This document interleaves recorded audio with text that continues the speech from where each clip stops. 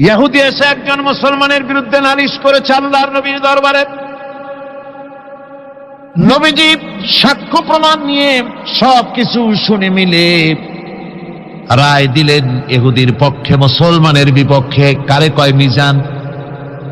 নবীজি বিচার করতেছেন, ইহুদির বক্তব্য শুনে মুসলমানের পক্ষে রায় না দিয়া রায়টা দিলেন ইহুদির পক্ষে। মুসলমান বেচারা অসন্তুষ্ট হয়ে গেলেন। তিনি চলে গেলেন হযরত ওমর রাদিয়াল্লাহু তাআলা আনহুর কাছে। কপাল কত খারাপ, তার কাছে গিয়ে বলছেন আমিরুল মুমিনিন।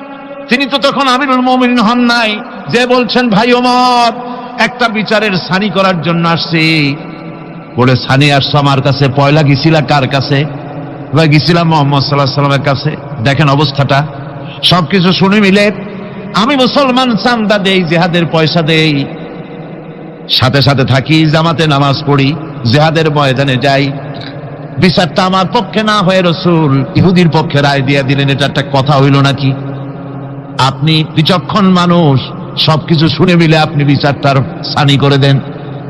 হযরত ওমর বলেন, বাবাজি অপেক্ষা করো, আমি তোমার বিচারে সানি করতেছি, দাঁড়াও। হযরত ওমর ঘরের মধ্যে ঢুকলেন, তরবারি নিয়ে আসলেন। খাপের থেকে তরবারি বার করে হযরত ওমর বলেন, যেই ব্যক্তি আল্লাহর নবীর ফয়সালা করার পর তা মানতে পারে না, তার সানি করতে আসে, তার ফয়সালা তো এই রকম করে করে দিতে হয়। তরবারি মারলেন, গর্দান পড়ে গেল। একজন রাসূল পাক সাল্লাল্লাহু আলাইহি ওয়াসাল্লাম এক ইহুদির কাছ থেকে ধার করেছিলেন এবং নির্ধারিত তারিখে ধারের টাকা পরিশোধ করেছেন। ওই ইহুদি প্রতিমধ্যে একদিন রাসূলকে ধরে বলছেন, মুহাম্মদ সাল্লাল্লাহু আলাইহি ওয়াসাল্লাম, তুমি আমার কাছ থেকে যে টাকা নিয়েছিলে টাকাগুলি ফেরত দাও। উনি বলছেন, আমি তো টাকা তোমাকে ফেরত দিয়েছি। কয় না, আমি টাকা পাই নাই, টাকা ফেরত দেয়। হুজুর বলছেন দিয়েছি, আর ও বলছে দাও। এমন সময় একজন সাহাবী এসেছেন, বলছেন হুজুর এখানে কি হচ্ছে? হুজুর বলছেন, এই লোকটার কাছ থেকে আমি টাকা নিয়েছিলাম, টাকাটা ফেরত দিয়েছি, তারপরেও সে আমার কাছে বলছে না আমি ফেরত দেইনি। সাহাবী বলছেন, হুজুর আমি জানি আপনি তাকে টাকা ফেরত দিয়েছেন। হুজুর বলছেন, তা কি করে হয়? আমি যখন টাকা গ্রহণ করি তখনও তুমি এখানে উপস্থিত ছিলে না, আর যখন আমি টাকা তাকে ফেরত দেই তখনও তুমি তা দেখোনি, তুমি কোনো সময় এর সাক্ষী ছিলে না, উপস্থিত ছিলে না। তুমি কি করে বলছো যে আমি তার টাকা ফেরত দিয়েছি? তুমি সাক্ষ্য, তুমি যে সাক্ষী, তার প্রমাণ কি? কি করে তুমি তা বলছো? সাহাবী বলছেন, ইয়া রাসূলুল্লাহ, আমরা আল্লাহ রাব্বুল আলামিনকে চিনতাম না, অসংখ্য মূর্তি পূজা করতাম, আমাদের বাপ দাদারা 14 গোষ্ঠী মূর্তি পূজা করত।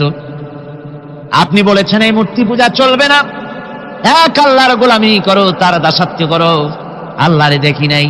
আপনার কথা মতো মা বাপের ধর্ম পরিত্যাগ করে, হাজার হাজার শত শত মূর্তিগুলিকে পরিত্যাগ করে এক অদেখা আল্লাহরে বিশ্বাস করেছি, দেখি নাই। আপনি বলেছেন ফেরেশতা আছে, দেখি নাই, বিশ্বাস করেছি। আপনি বলেছেন জাহান্নাম আছে, বেহেশত আছে, দেখি নাই, বিশ্বাস করেছি। আপনি বলেছেন হে দুনিয়া, এই জীবন জীবন নয়, আর একটা জীবন আছে, ওখানে আমাদেরকে উপস্থিত হতে হবে, জবাবদিহি করতে হবে আল্লাহর দরবারে। দেখি নাই, সাক্ষী পাই নাই, তবুও আপনার কথা মতো বিশ্বাস করেছি। হে আল্লাহর নবী, কোন সাক্ষ্য প্রমাণ ছাড়া শুধুমাত্র আপনার কথা মতো যদি এতগুলি বড় বড় কথা বিশ্বাস করতে পেরে থাকি, তাহলে ইহুদির এই মাত্র কয়েকটা টাকা ফেরত দিয়েছেন, এ কথা কেন বিশ্বাস করব না? অবশ্যই ফেরত দিয়েছেন, কোনো সন্দেহ নেই। গভীর রজনীতে আল্লাহর নবী ঘুমিয়ে আছেন। গভীর রাত্রে মক্কা শরীফে হযরতে জিবরাইল এসে বলেন, আসসালামু আলাইকা ইয়া রাসূলুল্লাহ, ইন্নাল্লাহা ইয়াকরাউকা সালাম। হুজুর, আল্লাহ আপনাকে সালাম বলেছেন। আর আমি দেখে এলাম আপনার ঘরের চতুর্দিকে কাফেরেরা তরবারি নিয়ে দাঁড়ানো। মেহেরবানি করে আপনি ঘুমের থেকে জেগে হিজরত করে মদিনায় চলে যান। নবীজি ঘুমের থেকে জাগলেন, হযরত আলীকে ডেকে বলেন, আলী রে, আমার বিছানার উপরে আরাম করে ঘুমায় থাকো, শুয়ে থাকো, আল্লাহর অর্ডার হয়েছে, আমি মদিনার দিকে চললাম। আমার ভাইরা, হযরত শেরে খুদা আলী রাসূলের দিকে তাকিয়ে বলেন, ইয়া রাসূলুল্লাহ, আপনার বিছানায় আপনার চাদর, আপনার কম্বলখানা গায়ে দিয়ে আমি শুয়ে থাকবো। সকালবেলায় কাফির বেঈমানেরা এই ঘরের মধ্যে ঢুকে আপনার বিছানায় আপনার চাদর মুড়ি দিয়ে আমি আলীকে তারা মুহাম্মদ মনে করবে, আর আমাকে মুহাম্মদ মনে করে তাদের তরবারি দিয়ে তারা আমাকে টুকরা টুকরা করে জমিন থেকে বিদায় করে দেবে। আমি আলীর দিলের মধ্যে কোনো দুঃখ কষ্ট থাকবে না, বরং আমার মনের মধ্যে এটাই তৃপ্তি হবে যে আমি আলীর জীবনের বিনিময়ে আল্লাহর নবী দুনিয়ায় বেঁচে আছেন। ভাইরা আমার, নবীজি ঘরের থেকে বেরোলেন। ঘরের থেকে বেরিয়ে দেখেন চতুর্দিকে কাফেরেরা। হাতে এক মুষ্টি বালু নিলেন, শাহাতিল ওযু করে দম করে বালুটা ছাড়া দিলেন। চতুর্দিকে কাফেরে দাঁড়ানো, কাফেরদের চোখে বালু চলে গেল। বালি চোখে গেলে অবস্থাটা কি হয় আপনারা জানেন। দুই হাত দিয়া চোখ রগড়াতেছে কাফেরেরা। নবীজি সরে গেলেন, একটা কাফেরও দেখতে পেল না কোন ফাঁকে নবী চলে গেলেন। পরবর্তী সময় আল্লাহ রাব্বুল আলামিন নবীকে ডেকে বলেন, ওয়া মা রামাইতা ইয রামাইতা ওয়ালাকিন্নাল্লাহা রামা। ও নবী, আপনি নিক্ষেপ করেন নাই যখন আপনি নিক্ষেপ করেছিলেন, আপনি শুধু বালুকণা ছেড়ে দিয়েছিলেন, আর আপনার ঘরের চতুর্দিকে কাফেরদের চোখে বালুকণা পৌঁছে দেওয়ার দায়িত্ব আমার হুজুরাত গ্রহণ করেছিল। সুবহানাল্লাহ, সুবহানাল্লাহ। আমার ভাইরা, নবীজি হযরত আবু বকরের বাড়িতে গেলেন। দরজায় গিয়ে আস্তে করে নক করেছেন। দরজায় গিয়ে আস্তে করে নক করলেন। ভিতর থেকে আওয়াজ এলো, কে? ভিতর থেকে লাব্বাইকা সাদাইকা বলে হযরত আবু বকর বেরিয়ে এলেন। আল্লাহর নবী জিজ্ঞাসা করলেন, আবু বকর রে, এক ডাক দিলাম আর তুমি এক ডাকে সাড়া দিলে, তুমি কি ঘুমাও নাই? হযরত আবু বকর বলেন, ইয়া রাসূলুল্লাহ, আপনি বলেছিলেন আমাকে সাথে নিয়ে হিজরত করবেন। আমি চিন্তা করেছি না জানি কত গভীর রাত্রি নবীজি আসেন, আর আমার দরজার কিনারে দাঁড়ায়া নবীজি যদি দাঁড়ায়া দাঁড়ায়া ডাকে আবু বকর আবু বকর বলে, আমি আবু বকর যদি বিছানায় ঘুমায় আরাম করতে থাকে, নবীজির সঙ্গে বেয়াদবি হয়ে যাবে। এই ভয়তে আমি বিছানায় না শুয়া এই দেওয়ালের সঙ্গে দাঁড়ায়া দাঁড়ায়া ঘুমাচ্ছিলাম। ভাইরা আমার, নবীজি হযরত আবু বকরকে নিয়ে চললেন। কাবার দিকে তাকালেন, বাইতুল্লাহ শরীফের দিকে তাকায়া নবীজি চোখ থেকে দরদর করে পানি পড়ে আর ডাকে বলে, রে খানায় কাবা, ওরে কাবা, বড় আশা ছিল তোর খেদমত করব প্রাণ ভরে, কিন্তু তোর নিষ্ঠুর সন্তানেরা তোর কাছে আমারে থাকতে দিল না রে। নবীজি হযরত আবু বকরকে নিয়ে মদিনার দিকে না গিয়া উল্টা পথে জিয়াদ মহল্লার ভিতর দিয়া, মিসফালার ভিতর দিয়া, সাবাব জাবালের সোরে, দুইটা পাহাড় পাড়ি দিয়া জাবালে সুরে যখন উঠলেন, ফজরের রক্ত হয়ে গেল। হযরত আবু বকর বলেন, হুজুর, গুহার একটা পায়া গেছি, এর মধ্যে ঢুকি, তা না হলে কাফেরেরা দেখে ফেলবে। হুজুর, আপনি বাইরে বসেন, আগে আমি ভিতরে ঢুকি, যেহেতু গুহার মধ্যে সাপ বিচ্ছু থাকতে পারে, যদি কোনো সাপ বিচ্ছু থাকে আঘাত আমার প্রতি আসুক, আল্লাহর নবী মাহফুজ থেকে যাক। হযরত আবু বকর গুহা সাফ করে হুজুরকে ডাকলেন। হুজুর বলেন, আবু বকর, সারা রাত হেঁটে হেঁটে পা বেদনা হয়ে গেছে, তুমি বসো, তোমার উলুর উপরে মাথা রেখে আমি একটু ঘুমাইয়া যাই। নবীজি আরাম ফরমালেন। হযরত আবু বকর নজর করে দেখেন গুহার ভিতরে অনেকগুলি গর্ত, কোন গর্ত থেকে কোনো সাপ বিচ্ছু আসে নাকি। রুমাল ছিঁড়ে ছিঁড়ে গর্ত বন্ধ করতেছিলেন, দু একটা গর্ত যা বন্ধ করা গেল না, পা দিয়া হযরত আবু বকর চেপে ধরেছেন। এক পাহাড়িয়া বিষধর সাপ দংশন করেছে হযরত আবু বকরের পায়ের উপরে। হযরত আবু বকর বিষের যন্ত্রণায় চোখ দিয়া দরদর করে পানি পড়ে। রাসূলের ঘুম ভেঙে গেল। নবীজি তাকায় দেখেন আবু বকর কান্দে। হযরত রাসূল বলেন, আবু বকর কান্দো কেন? বাড়ির কথা মনে পড়ে গেছে নাকি? বিবি বাল বাচ্চার কথা মনে পড়লো নাকি? কান্দো কেন?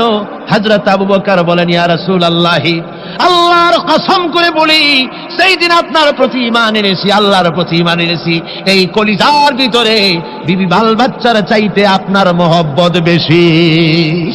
সাপে আমাকে কেটেছে তাই কাঁদতেছি। হুজুর সঙ্গে সঙ্গে মুখ থেকে থুতু মোবারক বার করে সাপে কাটা জায়গায় থুতু মোবারক লাগিয়ে দিলেন, যন্ত্রণা বন্ধ হয়ে গেল। হযরতে রাসূল বলেন, আবু বকর এত সময় কষ্ট করলে কেন? আগে আমারে বলো নাই কেন? তাহলে তাড়াতাড়ি সেরে যেত, এত কষ্ট তোমার হতো না। হযরত আবু বকর বলেন, ইয়া রাসূলুল্লাহ, এটা তো সাপে কাটার যন্ত্রণা, এর থেকে বেশি যন্ত্রণাও যদি আমার হতো, যন্ত্রণার চোটে যদি আমার কলিজা ছিঁড়েও যেতে লাগতো, তবুও আল্লাহর নবী আরাম ফরমাচ্ছেন, নবীর আরামের ভিতরে আমি বিঘ্ন ঘটাতে পারতাম না। ভাইরা আমার, কাফেরেরা খুঁজতে খুঁজতে দুদিন পরে যখন এই জায়গায় তারা চলে এসেছে, এখানে এসে তারা গুহার কাছে পায়ের চিহ্ন শেষ দেখলো। একজন বলে ভিতরে আছে, আর একজনে বলে নাই, আর একজন বলে আছে, আর একজন বলে নাই। হযরত আবু বকর বলেন, ইয়া রাসূলুল্লাহ, আমরা ধরা পড়ে গেছি, পালাবার কোনো পথ নাই, আমরা তো ধরা পড়ে গেলাম। সূরা তাওবার ভিতরে আল্লাহ রাব্বুল আলামিন এই কথাটা এভাবে তুলে ধরেছেন, ইয ইয়াকুলু লিসাহিবিহি লা তাহজান ইন্নাল্লাহা মা'ানা। আল্লাহ নবী ডেকে বলেন, আবু বকর ভয় পেও না, আমরা মাইনরিটি নই, আমরাই মেজরিটি, আমাদের সংখ্যাই বেশি, ওদের ভয় তুমি করো না, কোনো চিন্তা করো না, ভয় পেও না, আল্লাহ রাব্বুল আলামিন আমাদের সাথে আছেন। সুবহানাল্লাহ বিহামদিহি, সুবহানাল্লাহ বিহামদিহি, আল্লাহ রাব্বুল আলামিন আমাদের সাথে আছে, কোনো চিন্তা করো না, ভয় পেও না। আমার ভাইরা, বান্দা যখন আল্লাহর প্রতি ঈমান আনে, আল্লাহর প্রতি যখন তার মহব্বত বেড়ে যায়, আল্লাহর উপরে যখন সে নির্ভর করতে শেখে, তখন সে দুর্জয় নরশার্দুলে পরিণত হয়ে যায়। জোরে বলেন সুবহানাল্লাহ। সে বীর পুরুষ, দুর্জয় নরশার্দুল, কারো হুঙ্কার, কারো অগ্নিচক্ষু, ফাঁসির মঞ্চ, জেল জরিমানা, বোমা, কিরিস, রিভলভার, স্টেন গান, কামান, এগুলির ভয়তে ভীত হয় না। কে? মোমেন। কে হয় না? সে একমাত্র নির্ভর করে কার উপরে? আল্লাহর উপরে। বলে বলেন কার উপরে? রাসূল পাক সাল্লাল্লাহু আলাইহি ওয়াসাল্লাম তিনি হযরত আলীর হাতে তরবারি উঠায় দিলেন, জুলফিকার। বললেন, আলী তুমি যাও, আজকের ময়দানে সেনাপতির দায়িত্ব পালন করো। হযরত আলী তরবারি হাতে নিলেন। ইসলাম আক্রমণকারী যে না, সে কথা বলতে আমি এই কথা নিয়ে আসছি। হযরত আলী গেলেন, যায় মুরাহহাবের সামনে পড়েছেন। মুরাহহাব হলো, হাদিসে এসেছে, মুরাহহাব হচ্ছে কাফেরদের নেতৃত্ব দিচ্ছে। মুরাহহাব বলছে, আলী তোমাকে আমি কিন্তু ভালোবাসি, তুমি আসলে কেন? তোমার প্রতি আমার একটা সফট কর্নার আছে আমার অন্তঃকরণে। তুমি তোমার ছেলে মেয়েকে কি এতিম বানাতে চাও? তোমার বউকে কি বিধবা করতে চাও? আমি তো সেই বীর যে আমার সামনে এসে কেউ কল্লা সাথে নিয়ে যেতে পারে নাই। সুতরাং তুমি যদি ওদেরকে এতিম আর বিধবা করতে না চাও, আমার সামনে থেকে সরে যাও। হযরত আলী বলেন, মুনাফিক, তুমি কাকে ভয় দেখাতেছ? তোমার তরবারি এই সমাজের কিছু কাফেরেরা ভয় করতে পারে, তুমি কি আমারে চেনো নাকি? তুমি কারে ভয় দেখাও? তাম পৃথিবীর সমস্ত কাফেরদের উপরে আল্লাহ রাব্বুল আলামিন আমাকে বাগ বানায় পাঠিয়েছেন। তরবারি দিয়ে প্রমাণ হবে। মুনাফিক বলে, তুমি আঘাত করো। কয় না, আক্রমণ তো করব না আমি, আগে তুমি করো, আমি প্রতিহত করব। আক্রান্ত হলে পরে তারপরই জবাব দেব। এরপরে মুরাহহাব আঘাত হানতে লাগলো। হযরতে আলী সমস্ত রণকৌশল দিয়ে আঘাতগুলি তিনি ফিরিয়ে দিতে লাগলেন। এরপরে হযরতে আলী বলছেন, মুরাহহাব এবার তৈরি হও আমার আঘাত সহ্য করার জন্য। হযরতে আলী জুলফিকার তুলে আঘাত করলেন। এক আঘাতেই দেখা গেল মুরাহহাবের মাথা থেকে শুরু করে শরীর টুকরা হয়ে গিয়া হযরত আলীর তরবারির মুঠা পর্যন্ত মাটির ভিতরে গেড়ে গিয়েছে। খায়বারের দুর্গ দখল হয়ে গেল। পরের দিন আল্লাহর নবী বলেন, আলী শুনতে পেলাম তোমার ঢাল ভেঙে গিয়েছিল, তারপরে তুমি যুদ্ধ করলে কি দিয়ে?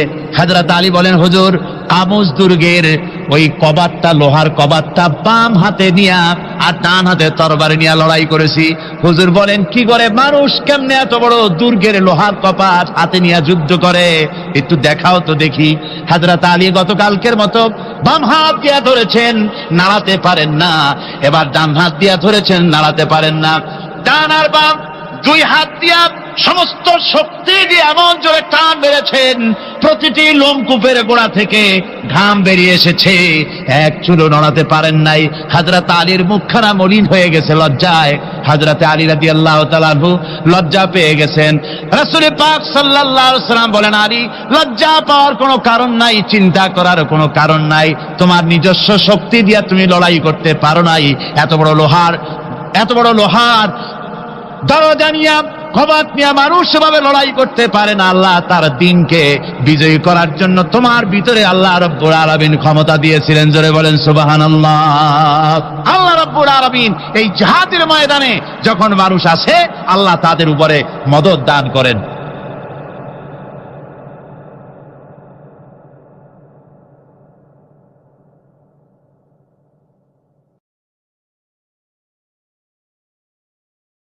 তিন হাজার সৈন্য নিয়ে সাহাবায়ে কেরাম আর এই সেনাপতি সব চললেন। মতার প্রান্তরে লড়াই হলো।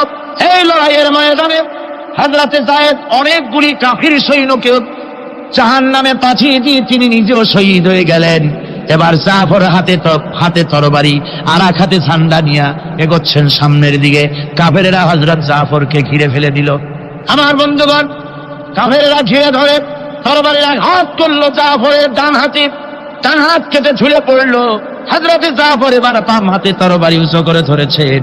এবার বাম হাতে কোপ দিল ওরা। এই কাটা দুইটা হাত দিয়ে বুকের সাথে হযরতে জাফর ইসলামের পতাকাটাকে জড়ায় ধরলেন। পাশের সাহাবীকে ডেকে বলেন, ও রাসূলুল্লাহর সাহাবী শোনো, আল্লাহর নবীকে আমার সালাম বলে দিও আর শোনায়া দিও, জীবনের শেষ মুহূর্ত পর্যন্ত ইসলামের পতাকা উঁচু করে রেখেছিলাম, মাটিতে পড়তে দেই নাই। আমার মনে হয় আমি এখন শহীদ হয়ে যাব, যেহেতু আমি এখন আমার নাকের ভিতরে আল্লাহর জান্নাতের সুঘ্রাণ পেতেছি। হযরতে জাফর শহীদ হয়ে গেলেন। হযরত আব্দুল্লাহ বিন ওয়াহাব, হযরত আবু উবাইদা দুজনে মিলে ছুটলেন ঝান্ডা ধরার জন্য। ওনারা বলেন, এগিয়ে গিয়ে দেখি সামনের পরে চূড়ে পতাকা উঠতেছে। ভাবলাম আমরা যাওয়ার আগেই ইসলামের পতাকা কে ধারণ করলো। কাছে গিয়ে দেখি হযরতে জাফরের ডান হাত কাটা, বাম হাত কাটা, দুইটা পা কাটা, দেহটা একদিকে পড়ে আছে আর শুধু মাথাটা এক পাশে পড়ে থেকে ইসলামের পতাকা কামড়ায় ধরে উঁচু করে রেখে দিয়েছেন। আমার বন্ধুগণ, হযরতে আবু উবাইদা বলেন, আমি হযরতে সাদের, হযরতে জাফরের হাত পা মাথা মস্তক একত্রিত করে তার পা থেকে শুরু করে মাথা পর্যন্ত চুমা খাইলাম। তাকে জানাজা করে দাফন করে রাখলাম কবরের ভিতরে। রাতের বেলায় স্বপ্নে দেখি হযরতে জাফর আল্লাহর জান্নাতের ভিতরে ফেরেশতাদের সঙ্গে উড়ে বেড়াতেছেন। আমি জিজ্ঞেস করলাম, ও জাফর, আল্লাহ তোমার সাথে কি ব্যবহার করেছেন? হযরতে জাফর বলেছেন, ওগো আবু উবাইদা, আল্লাহ রাব্বুল আলামিন আমাকে বলেছেন, জাফর রে, আমি তোমার শাহাদাতে খুশি হয়েছি, তুমি আমার কাছে আর কি চাও? হযরতে জাফর বলেন, আয় আল্লাহ পাক, কিচ্ছু চাই না, শুধু একটা দাবি, দুনিয়ায় তুমি মেহেরবানি করে আমাকে পাঠায়া দাও আর একবার যদি যেতে পারি, তাহলে তোমার দুনিয়ার বুকে তোমার দ্বীন কায়েমের জন্য কাফেরদের বিরুদ্ধে লড়াই করে আমার জীবনটা আর একবার দিয়ে আসি। আমার বন্ধুগণের জন্য আল্লাহ রাসূল বলেছেন, হাদিস শরীফ এসেছে, আমার ইচ্ছে হয় জিহাদ করি, শহীদ হই, আবার যদি জিন্দা হই, আবার জিহাদ করি, শহীদ হই, আবার যদি জিন্দা হতে পারি তাহলে আবার জিহাদ করি, আবার শহীদ হই। যেহেতু শাহাদাতের মওতের মতো এত বড় মর্যাদা সম্পন্ন মওত আর পৃথিবীতে হতে পারে না। আমার ভাইরা, ইসলামের জন্য জান দেওয়ার জন্য, মাল দেওয়ার জন্য সাহাবায়ে কেরাম এভাবে প্রস্তুত ছিলেন। নিজেদের জীবন তারা আল্লাহর সামনে নজরানা পেশ করেছেন, শহীদ হয়েছেন, আল্লাহর দ্বীন কায়েমের জন্য তারা প্রচেষ্টা করেছেন। আল্লাহর পথে যারা জিহাদ করার সিদ্ধান্ত নেন, মহান আল্লাহ স্বয়ং তাদের সাহায্য করেন। যুগে যুগে আমরা এর প্রমাণ পেয়েছি, আর তাই মুসলমানরা কাফেরদের উপর বরাবর বিজয়ী হয়েছে। এই ইসলামকে প্রতিষ্ঠিত করার জন্য প্রয়োজন রয়েছে জিহাদের। কিসের প্রয়োজন? কিসের? জিহাদের প্রয়োজন। সেই জিহাদ করতে কি আপনারা তৈরি আছেন? জিহাদের জন্য তৈরি আছেন? সেই জিহাদ কিন্তু সেই জিহাদ মানে কি? সেই জিহাদের আবার অপব্যাখ্যা করা হয়েছে। জিহাদের অপব্যাখ্যা করা হয়েছে এইভাবে যে, ওয়ালাকিন কালামদার কাফে দুশমনাস, দুশমনের হাতে কলম ছিল, ওরা যেমন খুশি আমাদের ইতিহাসকে চিত্রিত করেছে। ওরা বলেছে ইসলামের ইতিহাস থেকে তরবারি আর রক্তের গন্ধ আসে, কিন্তু আসলে জিহাদের অর্থ তো তরবারির যুদ্ধ নয়। জিহাদের অর্থ হচ্ছে যে কোনো উদ্দেশ্যকে সফলতায় পর্যবসিত করার জন্য যে প্রাণান্তকর প্রচেষ্টা করা হয়, ওই প্রচেষ্টার আরবি নাম হচ্ছে জিহাদ। আর যুদ্ধ তার আরবি হচ্ছে হার্ব। যুদ্ধের আরবি কি? হার্ব, ওয়ার। ইংরেজিতে ওয়ার, আরবিতে হার্ব। আর জিহাদ যেটাকে বলা হয়েছে ওটা হচ্ছে যে কোনো উদ্দেশ্যকে সফলতায় পৌঁছাবার জন্য যে চেষ্টা, ওই চেষ্টার নাম জিহাদ। তবে এই চেষ্টা করতে গিয়ে যখন বাধা আসে সশস্ত্র, ওই সশস্ত্র বাধার মোকাবেলা সশস্ত্রভাবে করা যেটা, ওইটা হচ্ছে জিহাদের চূড়ান্ত রূপ। কথা বুঝে আসছে? ইসলাম প্রথমে কাউকে আক্রমণ করে না, ইসলাম প্রথমে কাউকে আক্রমণ করে না, আক্রান্ত হলে পরে তারপরে এর জবাব দেয়, ঠিক কিনা? দেখেন না, হযরত আলী রাদিয়াল্লাহু তাআলা আনহু ওই যে খায়বারের যুদ্ধে, সেইখানে কেউ খায়বারের এই দুর্গ মুসলমানদের হাতে আসে না, প্রতিদিন যুদ্ধ হচ্ছে, অথচ যুদ্ধে কোনো ফলাফল দেখা যাচ্ছে না। ফজরের এশার নামাজের পর হুজুর বলছেন, ও সাহাবীরা, আগামীকাল আমি এমন এক ব্যক্তির হাতে ইসলামের ঝান্ডা তুলে দেব যাকে আল্লাহ এবং আল্লাহ রসুল বেশি ভালোবাসেন, এবং তিনিও আল্লাহ এবং আল্লাহ রসুলকে বেশি ভালোবাসেন, আর তার হাতেই বিজয় হবে। হযরত ওমর রাদিয়াল্লাহু তাআলা আনহু বলেন, আমার এরকম পেরেশানির রাত জীবনে আর কখনো গেছে কিনা জানি না, আমি সারা রাত পেরেশান ছিলাম যে ওই ব্যক্তিকে আমি হতে পারবো। ফজরের নামাজের পর আল্লাহর নবী বলছেন, সাহাবীরা, আমার আলী কোথায়, তাকে দেখছি না কেন? সবাই বলছেন, হুজুর, হযরত আলীর চোখ উঠেছে, তাই নামাজের জামাতে শরীক হতে পারেন নাই। হুজুর বললেন, তাকে নিয়ে আসো। দুজন সাহাবীর কাঁধের উপরে ভর করে হযরত আলী এলেন। হুজুর সাল্লাল্লাহু আলাইহি ওয়াসাল্লাম তার মুখের থুতু মোবারক নিয়ে হযরত আলীর চোখে লাগিয়ে দিলেন, সাথে সাথে আগের থেকেও ভালো দৃষ্টিশক্তি সম্পন্ন হয়ে গেলেন। সুবহানাল্লাহ ওয়া বিহামদিহি। তো এখানে রাসূল পাক সাল্লাল্লাহু আলাইহি ওয়াসাল্লাম তিনি হযরত আলীর হাতে তরবারি উঠায় দিলেন। জুলফিকার বললেন, আলী, তুমি যাও আজকের ময়দানে সেনাপতির দায়িত্ব পালন করো। হযরত আলী তরবারি হাতে নিলেন। ইসলাম আক্রমণকারী যে না, সে কথা বলতে আমি এই কথা নিয়ে আসছি।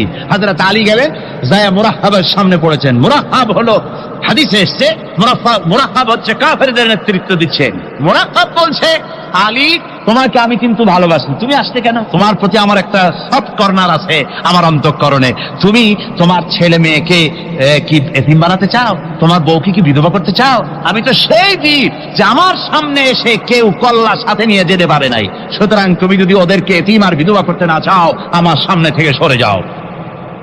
হযরত আলী বলেন, মুনাফিক, তুমি কাকে ভয় দেখাতেছ? তোমার তরবারি এই সমাজের কিছু কাফেরেরা ভয় করতে পারে, তুমি কি আমারে চেনো নাকি? তুমি কারে ভয় দেখাও? তাম পৃথিবীর সমস্ত কাফেরদের উপরে আল্লাহ রাব্বুল আলামিন আমাকে বাঘ বানায় পাঠিয়েছেন। তরবারি দিয়ে প্রমাণ হবে। মুনাফিক বলে, তুমি আঘাত করো, কয় না, আক্রমণ তো করবো না আমি, আগে তুমি করো, আমি প্রতিহত করব। আক্রান্ত হলে পরে তারপরেই জবাব দেব। এরপরে মুরাহাব আঘাত হানতে লাগলো। হযরত আলী সমস্ত রণকৌশল দিয়ে আঘাতগুলি তিনি ফিরিয়ে দিতে লাগলেন।